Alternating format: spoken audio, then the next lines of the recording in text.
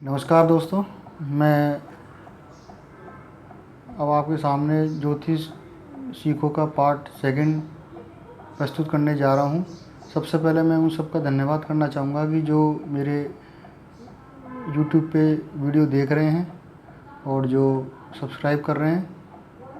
और मैं आशा करता हूँ कि जो मेरा पहला वाला पार्ट बनाया था मैंने, वो आप सबने कंठस्थ कर लिया होगा। जिसके आगे बढ़ते हुए आज अपन राशियों के स्वभाव के बारे में जानेंगे। जैसा कि पिछले पार्ट में मैंने आपको बतलाया था कि राशियाँ 12 होती हैं और उनके ग्रह स्वामी के बारे में बतलाया था और साथ ही उनके आकार के बारे में बतलाया था। तो उसको जानने के बाद आज हम अपन जो भी राशियों के स्वभाव के बारे में आज के पाठ में जानेंगे। जैसा कि आप देख रहे हैं कि जो राशियां हैं वो 3 प्रकार की होती हैं। पहली होती है चर राशि अर्थात गतिशील। दूसरी तरह की होती है स्थिर अर्थात रुका हुआ।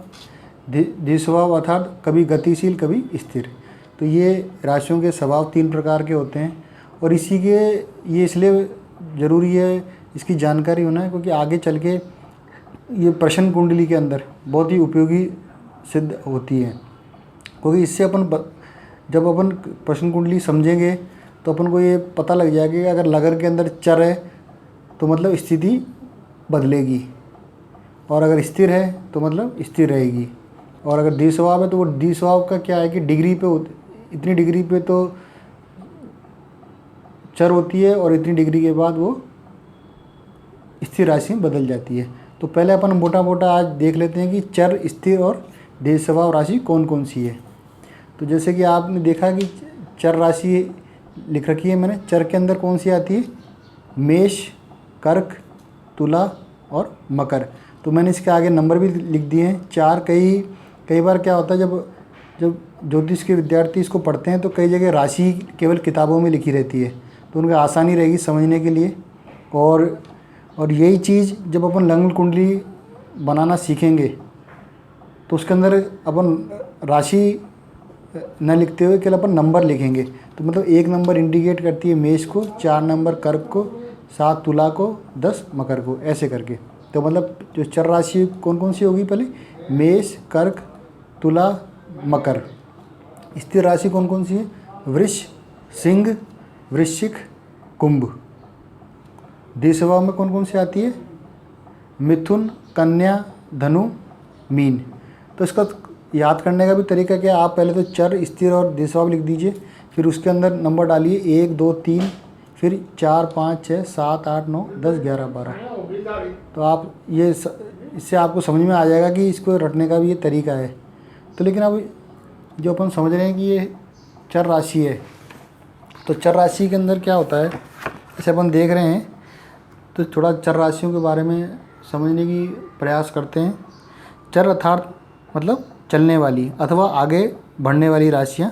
जैसे कि अपन देख रहे हैं कि इसमें लिखा है मेष, कर्क, तुला, मकर। यहाँ पे ये कौन कौन सी चर राशियाँ हैं। इन राशियों के अंदर क्या होगा? काम में गति होती है, हमेशा आगे रहकर, मतलब जो भी आदमी आपको लगेगा आगे बढ़कर काम करने की कोशिश करेगा उसकी कौन सी होगी? मतलब चर राशियाँ होगी। कहने का मतलब हमेशा आगे रहकर नेता बनने की प्रवृत्ति होती है इनकी। अपने आप पे पूरा विश्वास रखने वाले होते हैं ऐसे जातक। इनको सफ़र करना बहुत पसंद है, अपना काम जल्दी निपटाते हैं। किंतु कर्क राशि सबसे तेज़ गति वाली होती है इसके अंदर। मतलब ये जो चर राशि सबसे गति वाली होती है क्योंकि कर्क राशि का स्वामी चंद्रमा है। क्योंकि वो जो चंद्रदेव हैं वो सबसे और ग्रहों के मुकाबले बेहद तेज़ चलने वाले हैं, मतलब गति वाले हैं। इसके बाद जो आती है मेष राशि का जो स्वामी है मंगल, वो भी थोड़ी सी इसके अंदर अगले को ताकत देते हैं काम करने की।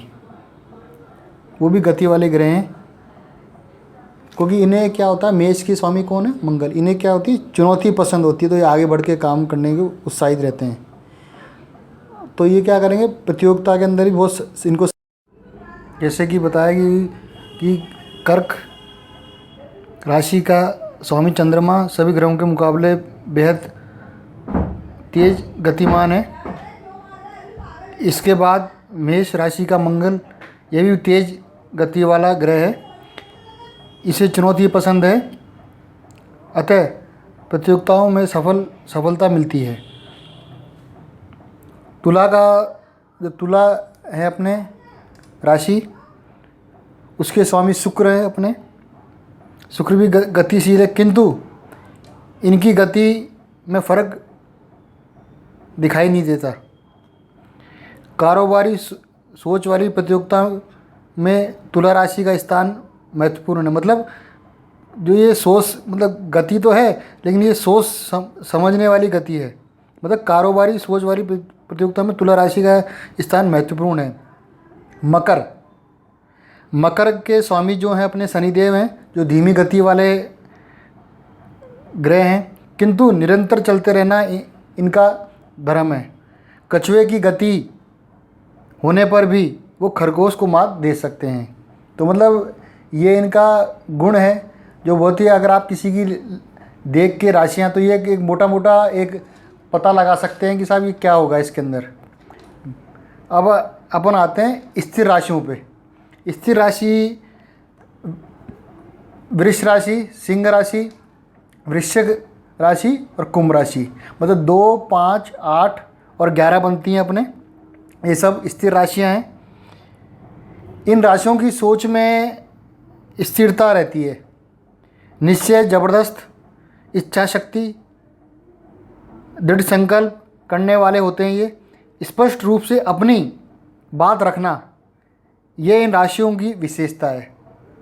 यह गुण सबसे अधिक मात्रा में किसमें पाए जाएंगे, कुंभ राशि के अंदर पाए जाते हैं सबसे ज़्यादा ये, क्योंकि कुंभ राशि के स्वामी कौन बनते हैं, शनिदेव। वो धीमी गति वाले ग्रह हैं। और इसके बाद आता है नंबर वृश्चिक राशि का, वृषभ राशि का और सिंह राशि का। इन राशियों ने क्रम से ये गुण दिखाई देते हैं। मतलब वृश्चिक, वृष और सिंह, ये राशियां एक निश्चित दिशा में आगे बढ़ने वाली, बदलाव को नापसंद करने वाली और बड़ी मुश्किल से अपने विचार बताने वाले होते हैं। मतलब ये थोड़े से कह सकते हैं इंट्रावर्ट टाइप भी हो सकते हैं ये, जो आसानी से नहीं बताते, मतलब और अपने काम में निरंतर लगे रहते हैं ये चुपचाप, क्योंकि इनका जो संकल्प होता है, दृढ़ होता है, तो ये आसानी से अपना जो भी अपनी जो प्लानिंग होती है वो बताते नहीं है, वो अंदर ही अंदर कुछ ना कुछ करते रहते हैं। अब आते हैं हम द्विस्वभाव राशि पे। द्विस्वभाव राशि में कौन कौन सी आती है, मिथुन, कन्या, धनु और मीन, मतलब जिनका नंबर 3, 6, 9 और 12, ये सब कौन सी हैं अपनी राशियाँ, द्विस्वभाव राशियाँ। बुध और गुरु, बुध और गुरु के आप देखेंगे तो बुध और गुरु के अधिकार वाली ये राशियाँ बुद्धि प्रधान, भावनाओं में सरोवर, अच्छे बुरे की सोच वाली होती हैं। लेकिन इनमें क्या होता है, आत्मविश्वास का अभाव, थोड़ी सी नाकामयाब, जिसको थोड़े से नाकामयाब हो जाए तो हार मानने वाले होते हैं। मतलब जरा सी कोई समस्या आए तो ये अपने हाथ पैर कर देते हैं, साहब अब तो बस हम गए काम से। द्विस्वभाव गुण के कारण हाथ में लिया हुआ काम लगन से पूरा नहीं कर सकते। ये गुण अधिकतर मिथुन और कन्या राशि में पाए जाते हैं। मतलब कोई काम ले लिया तो मतलब कर नहीं पाते, समस्या रहती है इनको। तो अपन ने देखा कि तीनों के अपन ने जाने इनके गुणों के बारे में। तो ये अपन जब भी कोई अपन कुंडली का विश्लेषण करें तो मतलब इन राशियों में आने से अपन ये मोटा मोटा ये कर सकते हैं कि साहब इनमें क्या इनके गुण होंगे इसके अंदर। उससे अपन जातक या जातिका के बारे में एक पहली बार देखने से ये पता लगा सकते हैं साहब इसके अंदर ये गुण होंगे। और अगर थोड़ा सा ये भी देख सकते हैं कि अगर अपन ये पता लगाने में बहुत हो सकते हैं कि अपन बहुत मतलब कि अपन इससे क्या क्या एनालिसिस कर सकते हैं कुंडली के अंदर, और वो अपने लिए बहुत उपयोगी सिद्ध हो सकती है। अब आते हैं अपन दूसरे भाग में, मतलब राशियों की अपन ने पहले देखा, राशियों के स्वभाव के बारे में देखा, उसके बाद अपन देखा गुण अथवा विशेषताएं। जैसे इसमें कौन कौन सी होती हैं गुण? सात्विक, राजसिक और तामसिक।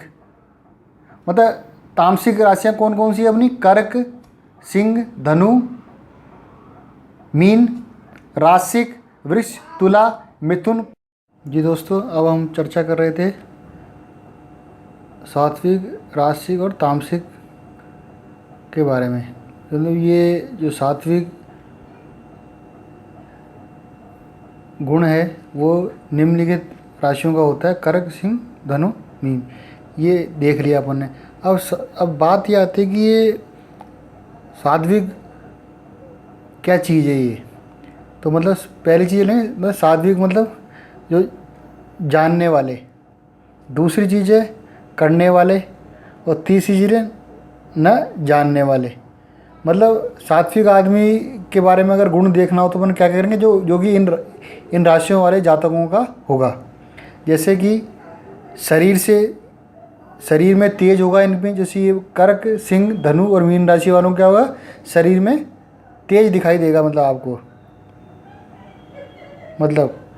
और ये जो सात्विक वाले होते हैं इनको सही गलत की पहचान होगी नहीं, और ये सुखी भी होंगे ये आदमी, क्योंकि इनको लाम लपेट से कोई मतलब नहीं है, तो ये इनका मन खुश रहेगा।